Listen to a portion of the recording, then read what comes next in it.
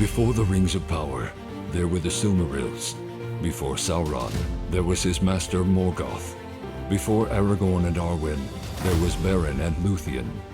Join us as we explore Tolkien and all the ages of Middle-earth with your hosts from theonering.com, Jonathan Watson and Michael Grumbine. Happy New Year, Michael. Happy 2025, sir. Yeah, this is the listeners. This is the fourth year, in a sense, of the podcast, because we started in 2022. So we'll have our third anniversary, but 2022, 2023, 2024, and now 2025. So we started what month in 2022?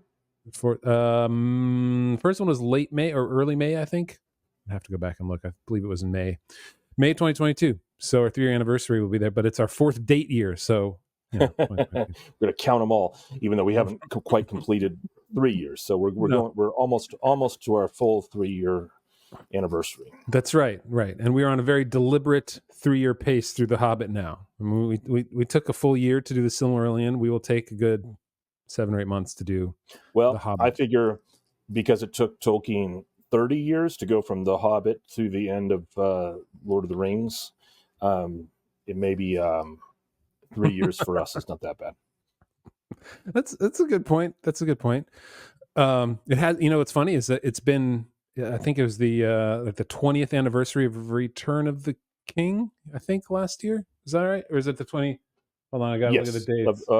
Yes, I think it was the 20th. 2001, 2002, 2003, right? So yeah. So last year, or no, it was the 21st. So we are almost at the 25th anniversary. Next year it'll be the 25th anniversary of the Fellowship of the Ring. That's crazy. That's a long time.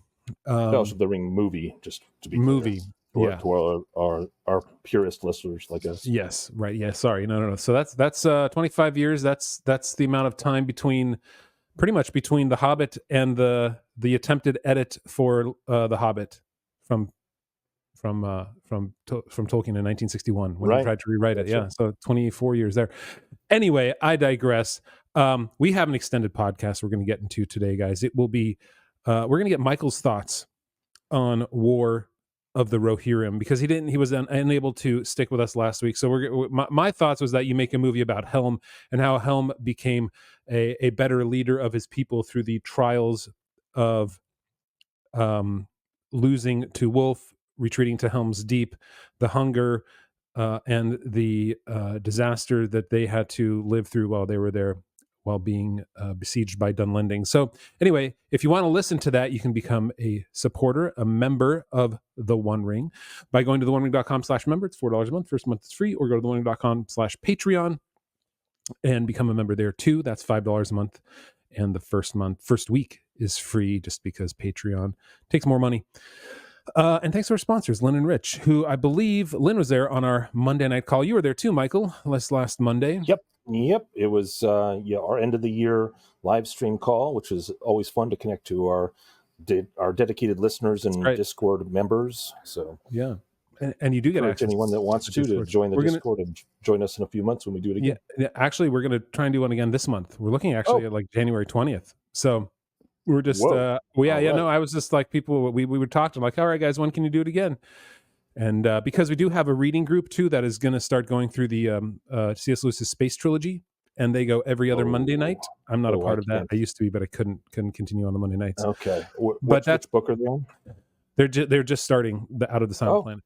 So that's every other Monday. So we're gonna do it on January 20th. Otherwise, we'd have to go into February, and we're gonna try and do one late in February again too. So, all right, guys, theonering.com/member. Hope to see you there in Discord, and you can get their extended podcast too. All right.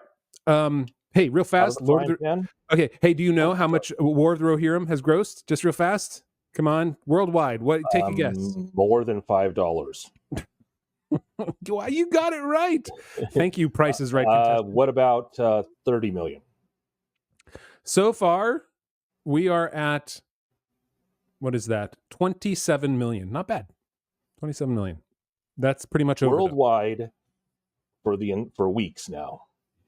For weeks, that's pretty poor. I guessed over 100 million. You guessed 200 million. This is nowhere near that amount. Nobody really wanted to see this. Nobody cared about it. So we'll talk about it. It's fair to say this movie fell flat. Yeah. Oh, really badly. Okay. But that leads right into today's.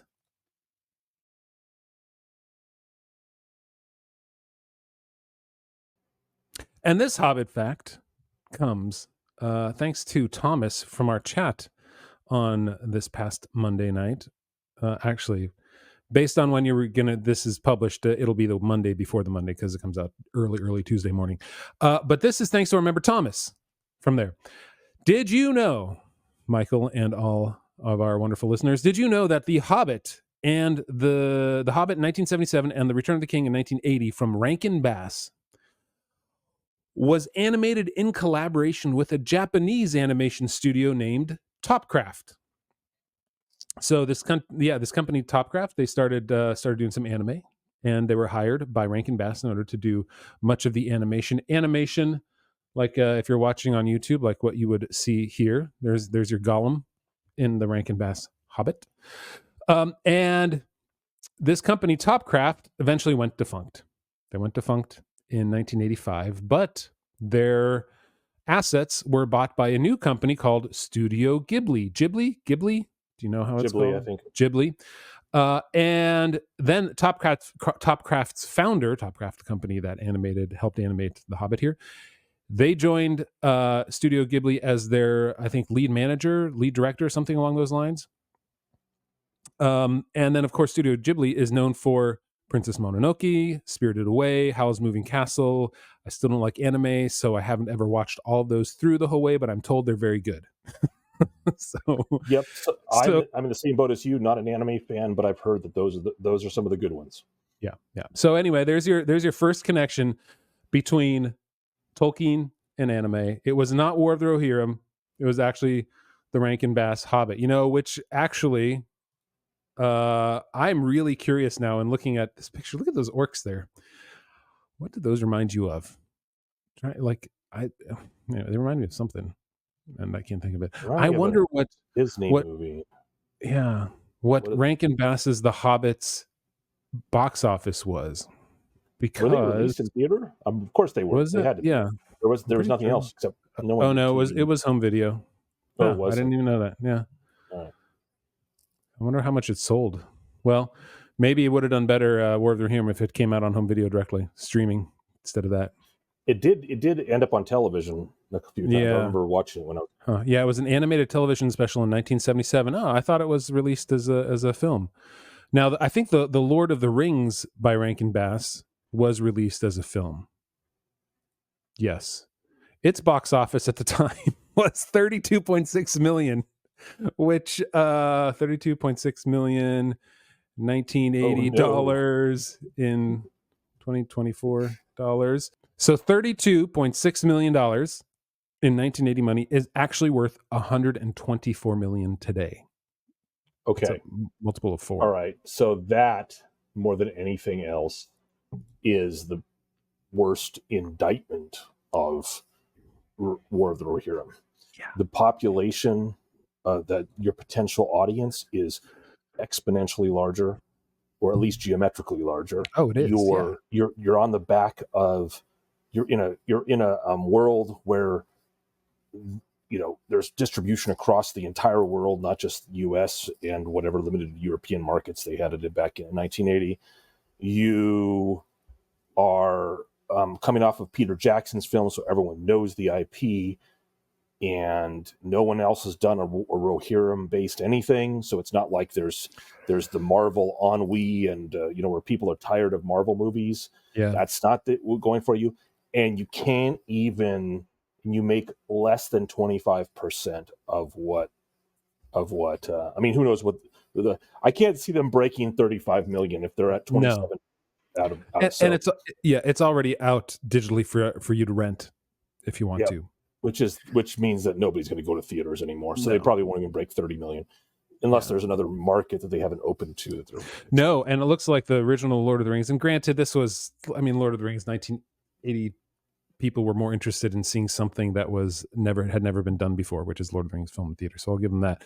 But still, the amount of people in the U.S. is far higher. In fact, the movie, it looks like it was only released in the U.S. and the U.K., so there wasn't a worldwide a pool to jump into for them to to release this film, and they still could only make $27 million on this movie. That's pathetic.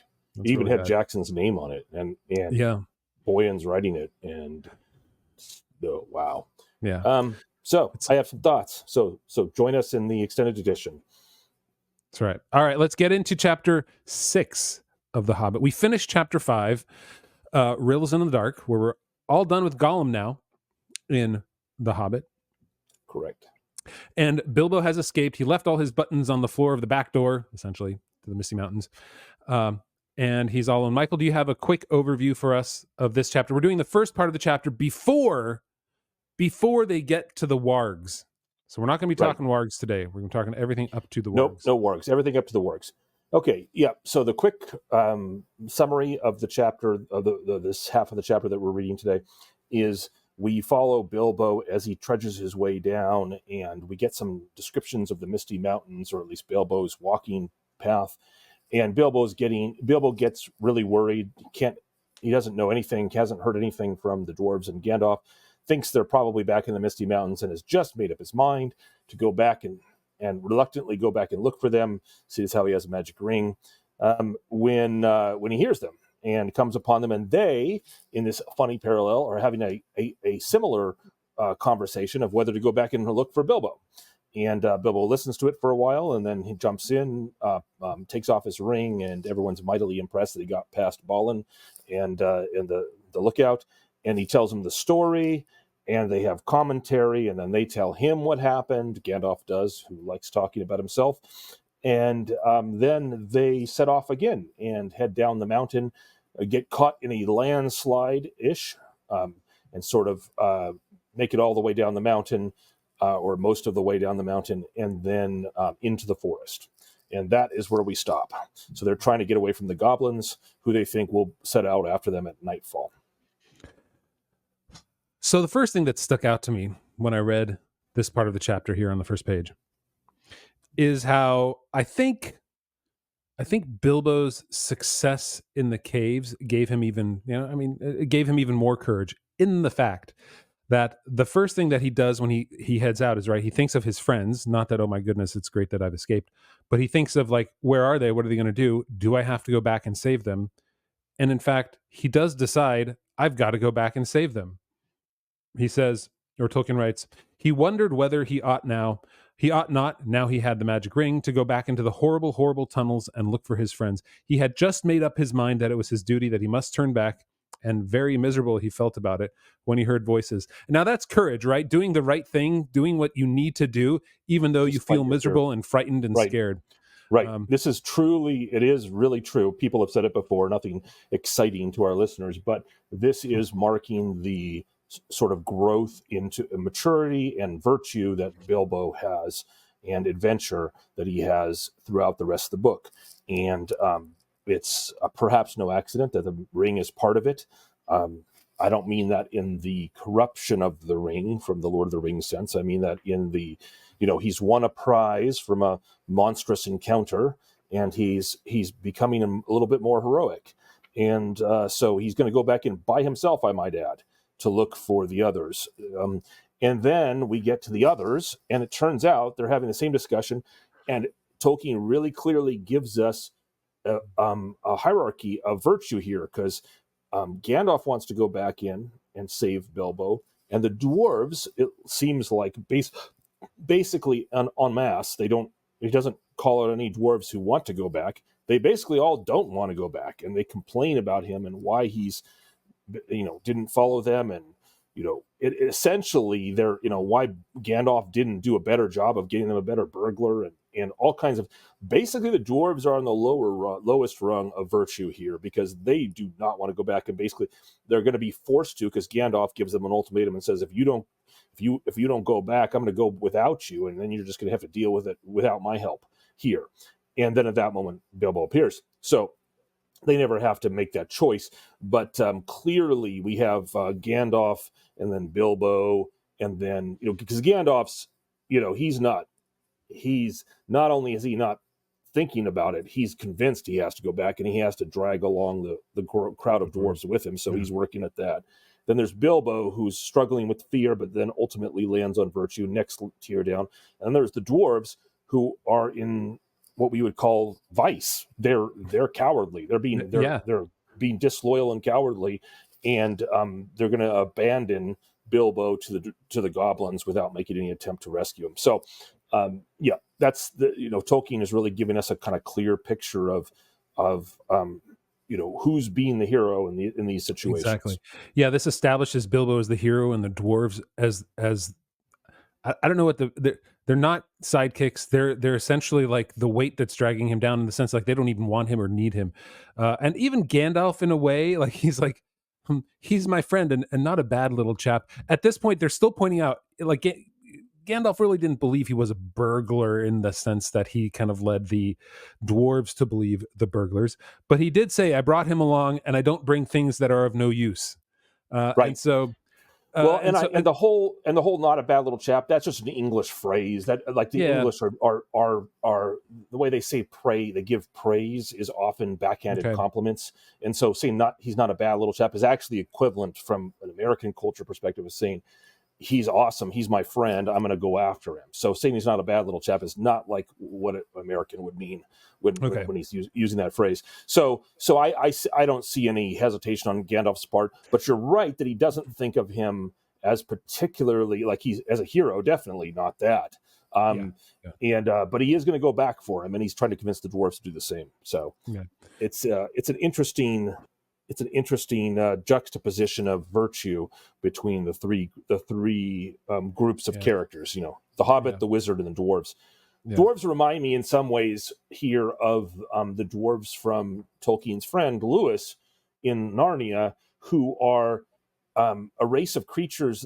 If you remember, Prince Caspian, for example, was when Lewis really gets into the different kinds of dwarves, the red dwarves and the black dwarves, and they are they're not very noble creatures. Even the good ones are kind of earthy and practical and suspicious and not very loyal to people that aren't dwarves.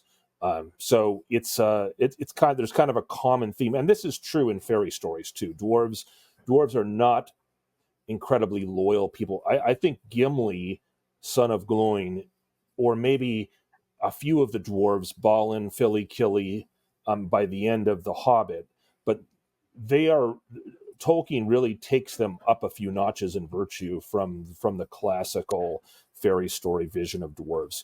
And but they aren't there yet. Yeah, they remind me more of the petty dwarves. That's right. Yeah. The petty dwarves, like Mime, or Mim. Meme. I don't know how you're supposed to pronounce it, but anyway. I've heard, Meme. Yeah, from the Silmarillion, right? Yeah. So anyway, this is the first time I think we mentioned before that Bilbo lies to them or doesn't tell them the full truth. So the later Gandalf ascribes it to and Tolkien to the influence of the ring over him.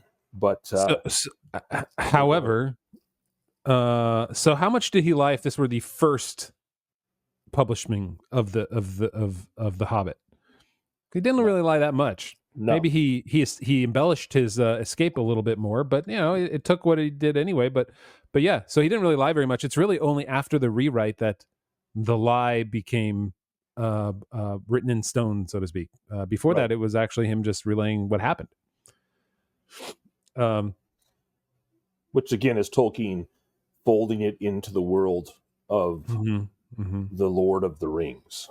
And I mean that as the character, folding it into Sauron's world, where the ring is now an extension of him and it corrupts anyone it touches, slowly or quickly, depending on your strength, your internal strength. So I love his reaction. There's a very, very sort of early 19th century English moment when he snuck in, because of course he's invisible, and Balin and everyone, Gandalf, everyone's happy to see him, and then Gandalf immediately goes and criticizes Balin for not being a great scout, and Bilbo doesn't mention, of course, he was invisible, and so Balin says, "Well, this is the first time that even a mouse has crept along carefully and quietly under my very nose and up and spotted to Balin, and I take off my hood to you," which he did.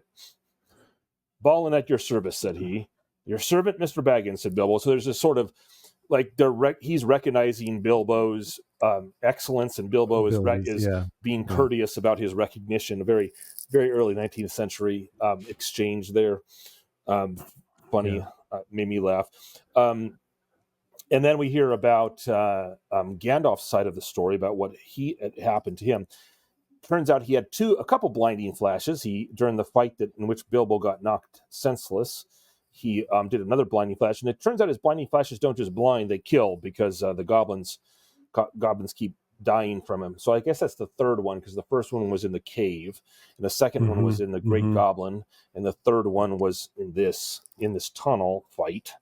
But one of the funny things I found, and it's funny on just two minor trivial levels, but was, and I had forgotten this except until this reread, even though I've read it however many number of times I've read it. I think I've read The Hobbit 14 times. But Gandalf says, the narrator says, evidently people had given up going that way. That was the way, the main way through the mountains. And the goblins must have opened their new entrance, that's the one at the back of the cave, at the top of the pass the dwarves had taken quite recently, because it had been found quite safe up to now. And Gandalf then says, I must see if I can't find a more or less decent giant to block it up again, said Gandalf, or soon there will be no getting over the mountain at all. So this is just funny, odd, like Tolkien just throws this in here, and I don't know if giants are ever mentioned again in Lord of the Rings, in The Hobbit or Lord of the Rings. They are not. I looked it up because this is one of the notes that I had as well. And just so y'all know, Michael and I don't actually get together and talk about what we're going to talk about. But I actually had this note that the only other giant referenced is a guy named, and this is in the notes, not even in the Lord of the Rings, but a guy named Tarlang, a character in the Myth of Giants used to name some of the places in Gondor. But pretty much Tolkien had completely given up on the idea of giants, and this made me think about the stone giants are not. I don't think Tolkien meant them to be made out of stone. Actually, no, they just live amongst the stone. They're called stone giants because And so I don't think we brought that up even when we talked about. Did we bring that up? Because they're just giants. And so for Tolkien to say we got to get a giant, right? This is going back to he hadn't fully switched in a way to the change from it being just a children's story into it being a story of Middle-earth wasn't really even complete at this time. Now, maybe he had thought about giants. He hadn't finished Middle-earth, but there are no other giants in all of the Silmarillion. There aren't there in any sort of final rendition of any of his works other than this. And on a very nerdy side note, since I mention it from time to time, in the Lord of the Rings online game that I play and my kids play sometimes, there is in fact a quest deep in the Misty Mountains where you can meet a giant, and the quest name is A More or Less Decent Giant.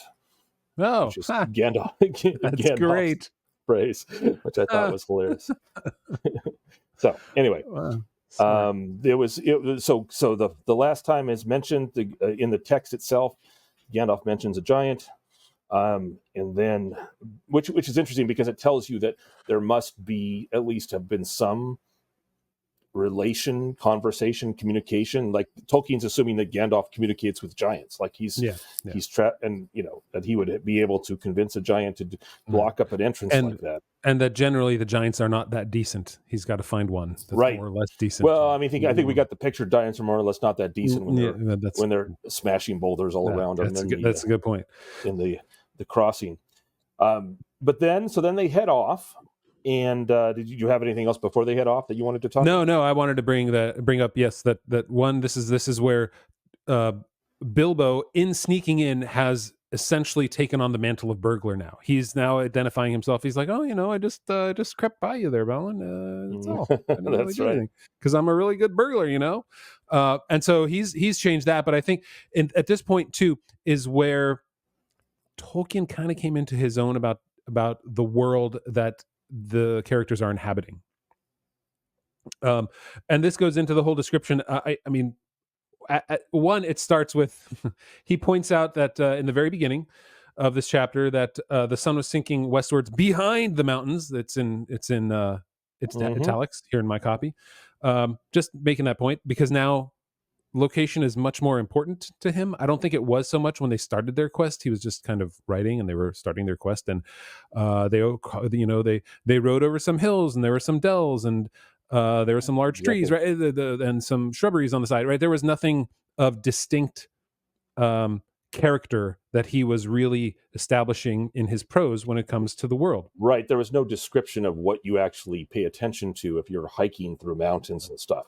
You know, the details like shadows and where the sun is, and then details about the flora. So for the rest of this section that we, to the middle of the chapter that we're going to go through, there's quite a description, and Tolkien sort of ramps up to it through a trope that's going to occur more than one time throughout the Lord of the Rings, which is Hobbit hunger, and how Bilbo's hungry. He hasn't eaten. Turns out, and Tolkien now also turns to time, so he makes it clear. You can almost, Gandalf tells them, "Oh, it was Monday night or early Tuesday morning when we were captured by the goblins, and then and now it's Thursday, and it's obviously Thursday near the end of the day." So we're talking 2.5 days that they've been under the mountains, closing in on 3 days in under the mountains and out and out again. And so we see Tolkien turning to very specific timekeeping here, which is a mark that he'll do throughout the rest of the Hobbit and Lord of the Rings, and then very specific flora and geographic distinctions. So Bilbo complains about how he hasn't had anything to eat. Gandalf says, "Tough, tighten your belt, unless you want to be food for the goblins." And then they leave. And as they went on, Bilbo looked from side to side for something to eat, but the blackberries were still only in flower. So in other words, Tolkien's actually got a vision of what time of year it is. So blackberries are still in flower. Of course, there were no nuts. I mean, of course, that's only you only say of course if you know when nuts are available in the time of the year. Not even hawthorn berries. He nibbled a bit of sorrel, and he drank from a small mountain stream that crossed the path, and he ate 3 wild strawberries that he found on his bank, but it was not much good. So essentially, he had a strawberry salad. That's what that's right. Sorrel, it just leaves, exactly.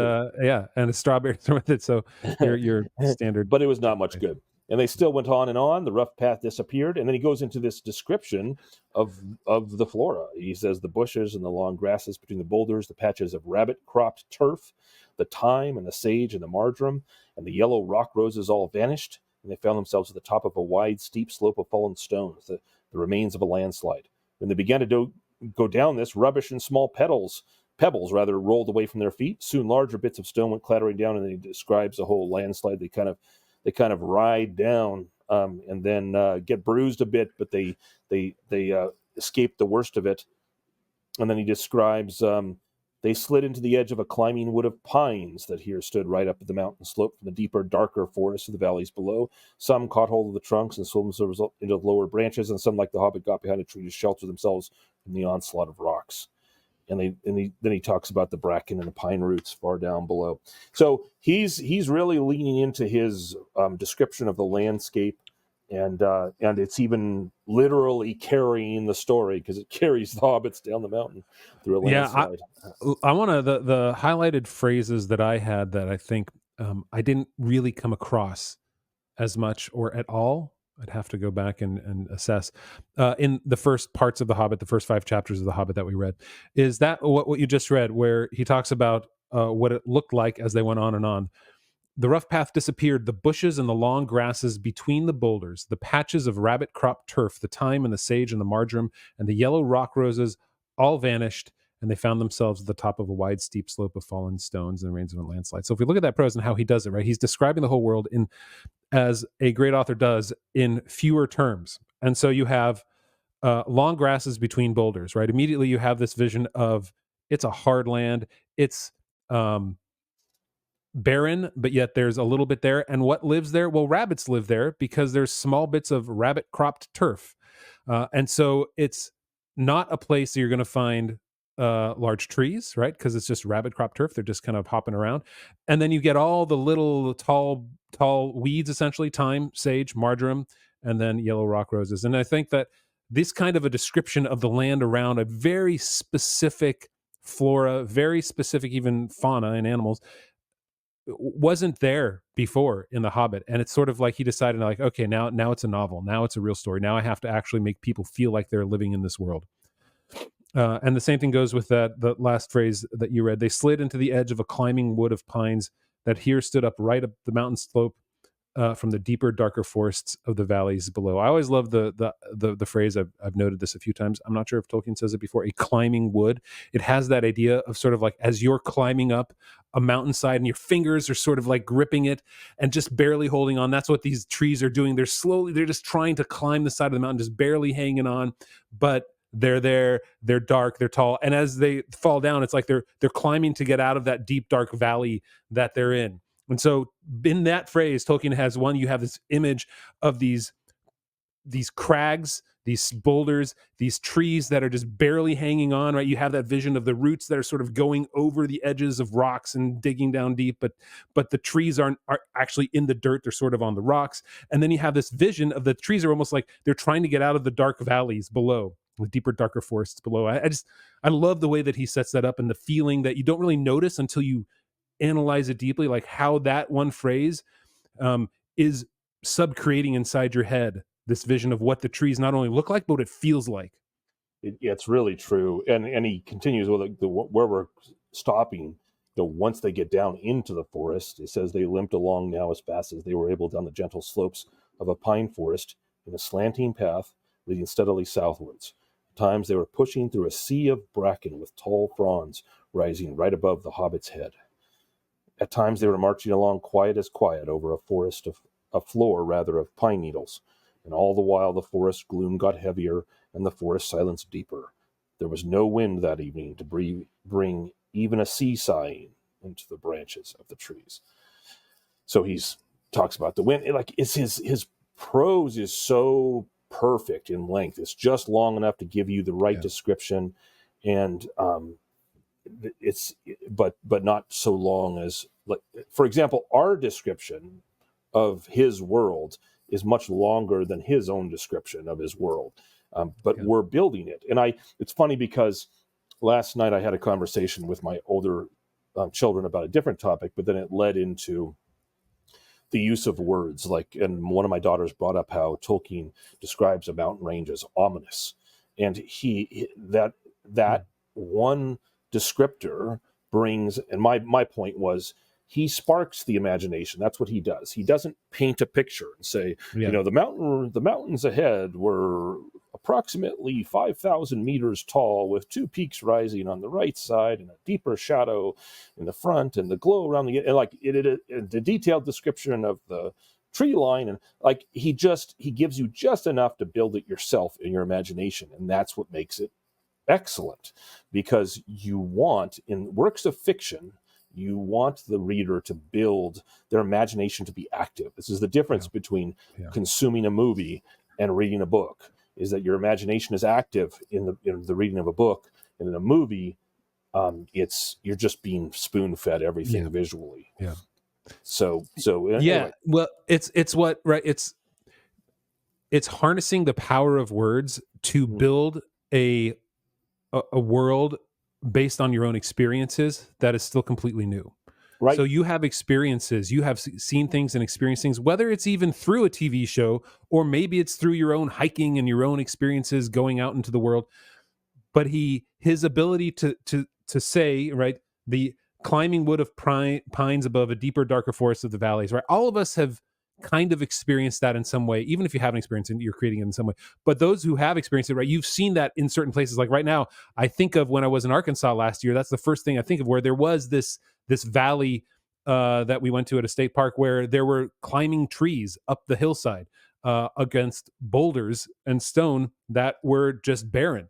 And so that experience, right, that's sort of what I started imagining when I reread this time, that there are these areas in Middle Earth that resemble the world that I live in, but it's even worse and deeper and darker, because now we're dealing with a landslide right there. But it's the marriage of the words with our own experience that truly subcreates within us. And that's why you said in films, you can't really do that, because it's not taking what you've already known and experienced and feel, right? Because those experiences aren't just visual, They're feelings. You have smells associated, Right. you have sounds associated with it. And so when he uses those words to create something that is a marriage of the words and your memories, it's more than just a vision. It's more than just a film. Right, exactly. And so if you take 5 Tolkien fans who read the description of the upper mountains with everything that you talked about, including all of the herbs and the yellow roses and stuff like that, and then ending in the rock slide area, and then the carry down from the rock slide to the tops of the actual trees, and then down into the forest, and you read that whole thing, which is about a page, or 3/4 of a page. You do that, 5 people, 10 people who are fans, they all will find it an excellent description, but they'll have different pictures in their head because each of their imaginations works on it. There might be similarities between the pictures they build, but it's theirs. And that's the other thing about fiction and well-written fiction, is there's an ownership of it that is beyond even the ownership people take of movies and TV shows. The ownership people take of movies and TV shows is when you reach like a cult classic level, people find resonance with the story being told, or they find the jokes or the moments to be so inspiring, funny, amazing, that they kind of take an ownership of it, and they love the movie. For example, myself with Princess Bride, I love that movie. I memorized vast swaths of it, and it or Monty Python, or even the Lord of the Rings movies.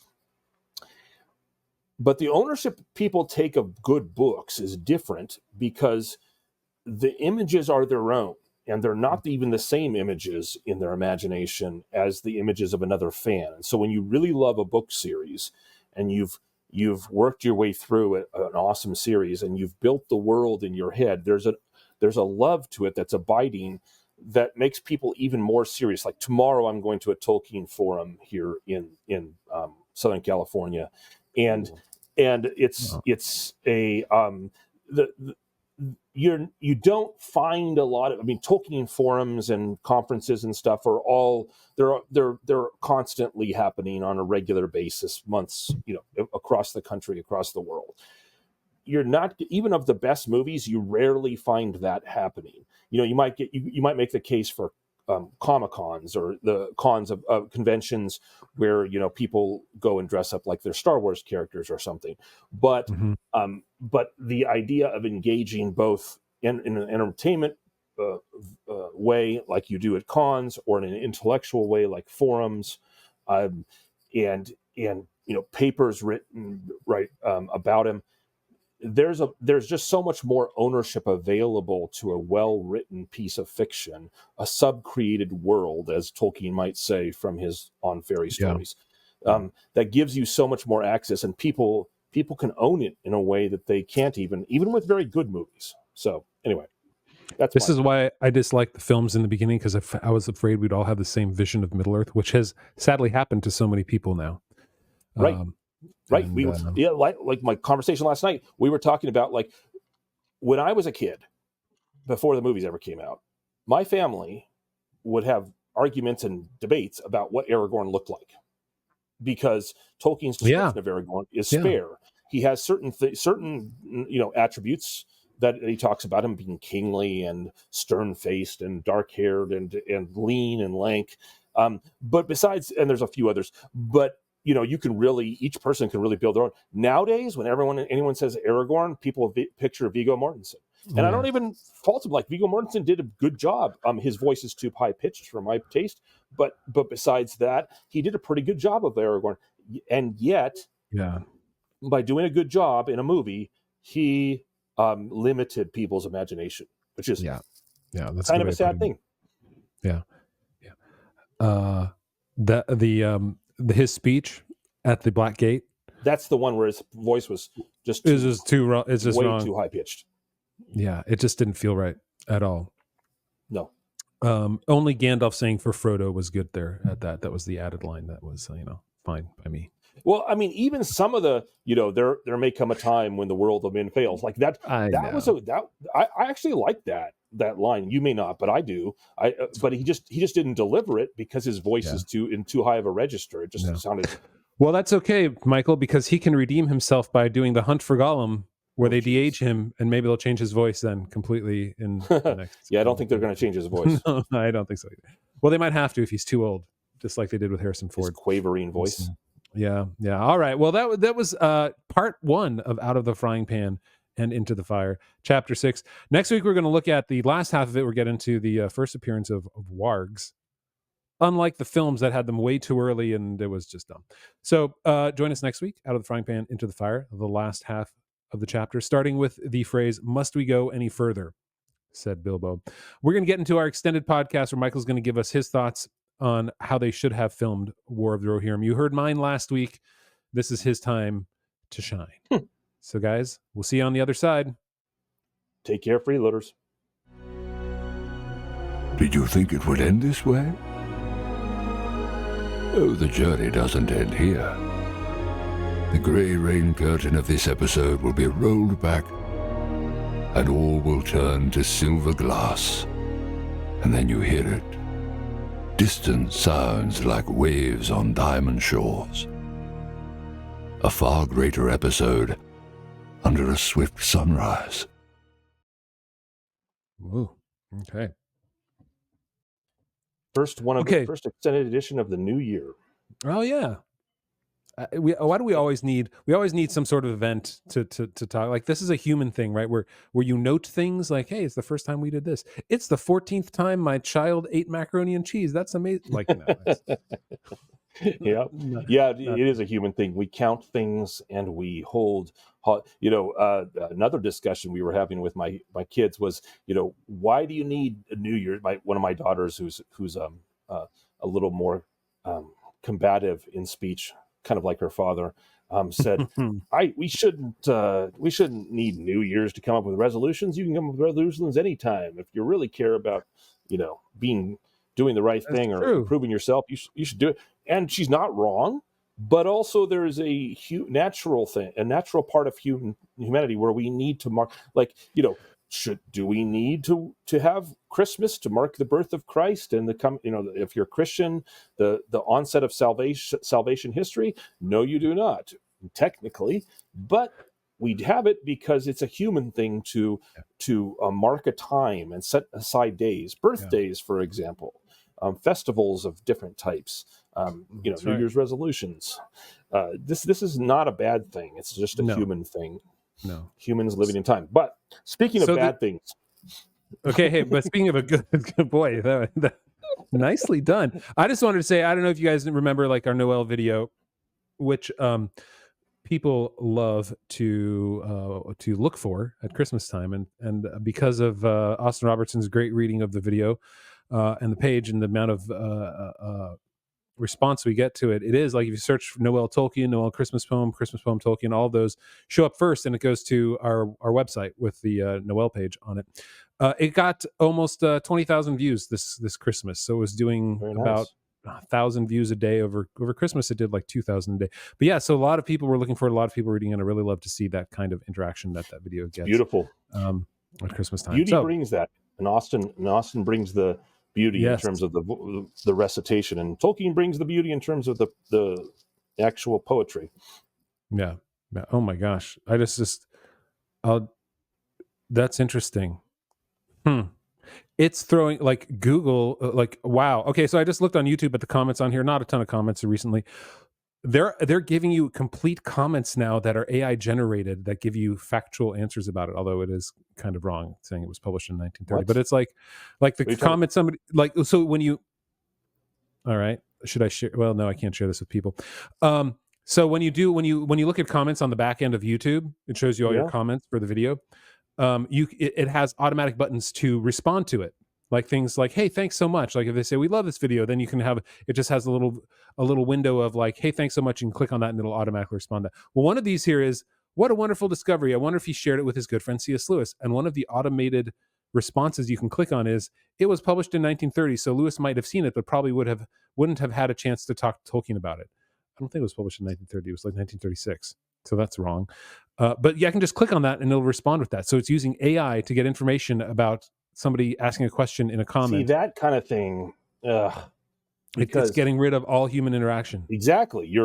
What you're doing is instead of using AI to do the drudgery of human work, you're using AI to actually build your own interaction with another person, and that I find obnoxious. I find that to be unhuman or inhuman, I guess. Both were older. Unhuman is older, but I don't like that. I don't like that. Yeah, like somebody saying, "Hey, Merry Christmas." We love the video. "Merry Christmas to you too," is the response, or "Enjoy the rest of your holiday." So weird that you can it's just ugh. It's the desire to. Okay, sorry guys, I digress. Let's shoehorn in AI everywhere. Maybe I should have AI write a new ending to War of the Rohirrim. Well, this is what's sad, is that AI might have done it better depending on the LLM that we would have created in order to generate it, and said, that's we true. only fed it Tolkien's works and said, build this around what Tolkien actually wrote, perhaps we would have had a actually better story. That's fascinating. If you restrict the LLM to a deeper and narrow scope, go deep but go narrow. Then I might even add a couple. Just give them all of Tolkien's work. We have lots of Tolkien's work, so give him everything, and give it everything, and then see what it comes up with. And it might come up with something better. In fact, I'm pretty sure it would come up with something better, because all it has to work with is Tolkien. And the reason that your version of how it should have ended is, there's a whole website that just does that. Yes. But so this is the Jonathan and Michael how it should have ended version. The reason that people like that, or that people feel need to do that, is because the modern movie making industry, largely writ anyway, believes that it can finish stories or create stories better than the authors who wrote the world. Right. And so they think that you need a feminist bent on that's because they have gender studies degrees that weren't offered back then, and now they know more and they know better. Right. But and the excuse given is often, but this was more appropriate for a modern audience. I don't know. I'm looking at the box office and I'm pretty sure that's not true. I'm pretty sure the modern audience doesn't care about your take on it. I think the word modern audience doesn't actually mean anything anymore. It's something they made up inside their own heads in order to say, there's a large group of untapped people here that we can tap into by simply writing this story here, that 90% of Tolkien fans are men, generally speaking. I mean, the women are probably the most hardcore fans. In fact, I think half of our Discord members are women. Mm-hmm. Which I love. Like they're very much into it. But I think in the general passing, right, people, guys love war. We love fighting, and there is a large part of that is in the Lord of the Rings. And so I think that speaks to something that men like. But why would you make Star Wars? Why would you make War of the Rohirrim into a female centric movie and make that the calling card? That's the thing. It's not like they didn't have to have it. I mean, you have Alien, you have Aliens, you had, I mean, gosh, there's even G.I. Jane, right? Movies, things that were made in order to be like that. But here you're changing something, and so the change coupled with what people really didn't want, coupled with an animation style that didn't really work, I think it just creates something that modern audiences don't even care about, because there is no such thing as a modern audiences. Because guess what? Just as Chesterton and Tolkien and Lewis would agree, humanity has been the same for the last 3,000 years. No, but nothing much has changed, or however long we want to go back in civilization. We like the same things. Yes. We desire the good in the same general way. Virtues and excellence, which is another word for excellence, is admired across culture. The virtues of courage and prudence, self-control. These are all admired across every culture that's ever existed, or any successful culture that's ever existed. Justice is admired. There's a common thread. So in light of that, because what you touched on there about war being a thing that men like, and that the vast majority of Tolkien fans tend to be men. Let me start by referencing a piece of the conversation from our live stream, in which we were talking about how it's really interesting how sad it is to try to make another girl boss hero in Tolkien's world, when Tolkien doesn't have a problem with powerful women. The most powerful character on the side of good in The Lord of the Rings is Galadriel. She literally brings down the fortress of Dol Guldur by herself. She pulls the walls down, implied with power and magic, something that not even Gandalf could do. They're in the Silmarillion, which we love talking about, Tolkien's history. The most powerful, the only creature in Arda to ever defeat Morgoth, literally the incarnation of evil in Middle Earth, was Luthien Tinuviel. She beat Sauron one-on-one in a battle of magic. You have Melian, who's probably the most powerful character in the Silmarillion that isn't of Valar. And it's a woman, and she protects her people with her own power. You have Haleth, the leader of one of the ancient races of men, who leads her people and keeps them both free and strong. You have Éowyn, of course, the example in Lord of the Rings, the warrior woman. You have all these examples of strong women, but you also have examples of strong men. And so my take on War of the Rohirrim is in one way very similar to yours, and another way different. So my take on War of the Rohirrim, how I would have changed it, is, first of all, let's lean into the fact that this is a story of Helm Hammerhand. So it's his story. So by taking it away and giving it to his unnamed daughter, you've done a grave disservice to both the story itself and to the culture, because the culture is it's an Anglo-Saxon culture plus horses, plus lots of horses. And that's the way Tolkien wrote it, and it is a serious warrior's culture. And so the story should have focused, to agree with your take on things, on the development of Helm and how he kind of brings the war on himself, on his people, through his own rash actions. And so we should see a change in him as it goes on, and all the way leading up to his death, that he puts his people before his own pride. It's his pride that leads to the war in the first place. So that's where I would agree with you, that I would have made the focus on Helm Hammerhand. I would have made it on his development, on his, and I like what you did at the end in bringing in sort of him dying for his people in the final battle. I love that take on the Wraith of Helm vision and in this long winter. What I would have done a little differently is I would have done what this is going to sound odd to people, but so bear with me. Wait till the end of a few sentences, which I know for me could go on for about 5 minutes. So my apologies. But I would have done what the writers of the War of the Rohirrim did, but without being ham-fisted, and I would have done it in a way that was in line with the actual story of the War of the Rohirrim in the appendices. And what I mean is this. All throughout War of the Rohirrim, we have these dumb member berries. Member eagles? Let's have eagles. Member Watcher in the Water? Let's have Watcher in the Water. Member Gandalf? Member people hunting for rings? Member Saruman? Member Éowyn? Member women not getting to fight? All this stuff, which is it's just so ham-fisted and stupid. And there's many others besides. I just pulled a few off the top of my head.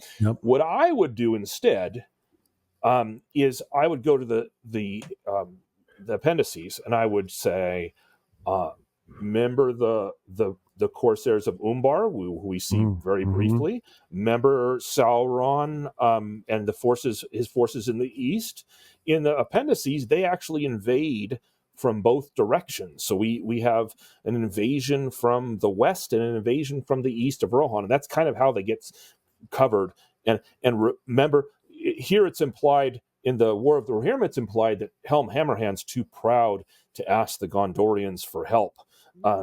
It turns out the Gondorians are being attacked. Remember when the Gondorians were attacked by Sauron, and so they couldn't come to the aid of the Riders of Rohan in the Lord of the Rings? Well, that actually there's an echo of that in the appendices, where Gondor is being attacked on different sides, and so they're not able. And in fact, they're being so attacked by such force that a whole army is able to march up from the western end of Gondor up around the mountains and end up in Dunland and attack through the Gap of Rohan with the Dunlendings, along with an army from the east, which are implied to be Easterlings. And so I would have included the whole picture. Now so my preference, if I had written War of the Rohirrim, would be to try to give an accurate picture of the true, like, there is no hope. We cannot get out.